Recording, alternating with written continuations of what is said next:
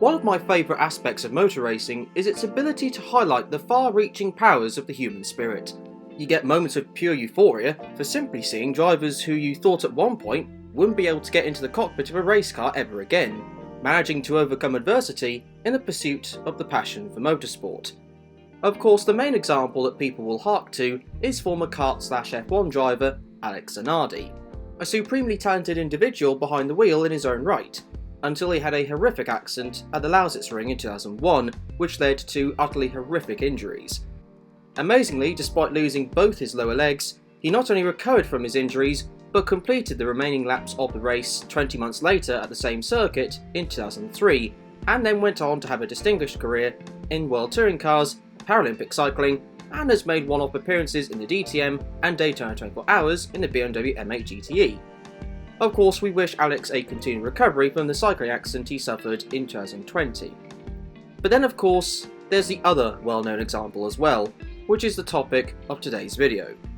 To give a relatively brief summary of Billy Munger's career up to this point, after having success in the karting ranks, his first foray into car racing came in the Ginetta Junior Championship in 2015, where he achieved 5th in the championship after collecting 2 wins and 1 pole position. He then progressed on to the 2016 British F4 Championship, where he came in 12th at season's end, albeit he didn't take part in all the rounds that season. In 2017, he competed in the same championship, and got initially off to a more promising start, 2 podiums in his first 4 starts. Then at the Donington Park round, he suffered an utterly terrible accident, where he collided with Finnish driver Patrick Pasma. Thankfully, Monger would ultimately survive the crash, but had both of his legs amputated. His return to the paddock in the form of a spectator was universally applauded. However, a return to racing was always the ultimate goal for Billy, and whilst he would get to do that, the process to get there in the first place wasn't easy. Monger and his family had to go to the FIA to appeal a restriction the governing body had put on disabled drivers to compete in single-seater racing. That was subsequently changed at the end of 2017 to allow these drivers to compete, so long as it could pass safety checks. With the throttle controls on the steering wheel and the brake pedal moved further forward, Monger was able to compete in the 2018 British F3 Series. To the amazement of everybody, he would end up achieving a podium in his debut race. Along with that, 3 further podium finishes would earn Billy an amazing 6th place in the final standings. It was an incredible return, and the good news was, his career would go up a level, onto Euroformula Open in 2019, racing for Carlin. The highlight of the season, without a shadow of a doubt, would be the round at Po, where after making the right choice on tyres in the increasingly wet conditions, he would collect an inspiring victory, and a shot which in my opinion doesn't get used enough these days. Now that was towards the start of the year, but as the season went on, Billy was showing some improvements consistency-wise, collecting a pole position and another podium on his way to 9th in the standings.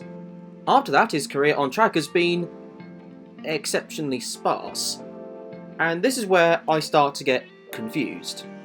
Now Billy isn't out of the spotlight entirely. He's a commentator and analyst for Channel 4's F1 broadcasts and F1 TV for their F1, F2 and F3 coverage occasionally. Plus, Billy has featured in a number of other shows for Channel 4 and raised £3 million in 2021 for comic relief by travelling 140 miles kayaking, cycling and walking. So he's far from being an unknown face. However, whilst I think Billy is a really good commentator and analyst, that's not where he belongs. Now, I believe the primary reason for Billy's lack of on-track action since 2019 has been down to budgetary issues. That I can understand. Motorsport is expensive.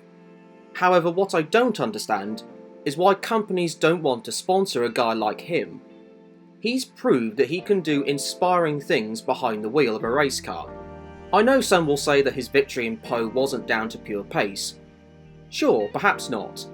However, he still had to get the job done. Po in the wet is an incredibly difficult circuit, and he coped with the pressure superbly.